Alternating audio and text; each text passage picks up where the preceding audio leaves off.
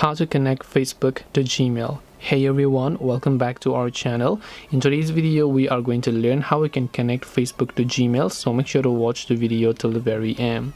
Now if you would like to connect Facebook to Gmail, it's actually quite very simple. Let's say you want to add your Gmail account inside of Facebook. Open up Facebook app, tap the three lines option from the top right, tap on the gear icon that you can find here, and as you do that, just go to See More in Account Center. Now from here what you can do is simply go to this option called Profiles, and from Profiles you can simply select your Facebook account. Now here you can see different sort of name and username you can change, but to add our email, just go to this option called Password and Security. Then over here you can see all this, so you can see recent emails and everything else such as those, or you can simply go to Personal Details option, then select Contact Info. Under Contact Info you can simply choose to add a new contact and add your Gmail account. That's all it takes to connect your Facebook to Gmail. Hope this video was very helpful. If you have got any questions, feel free to also leave them down below. Thank you for watching till the end, and see you soon in the next video.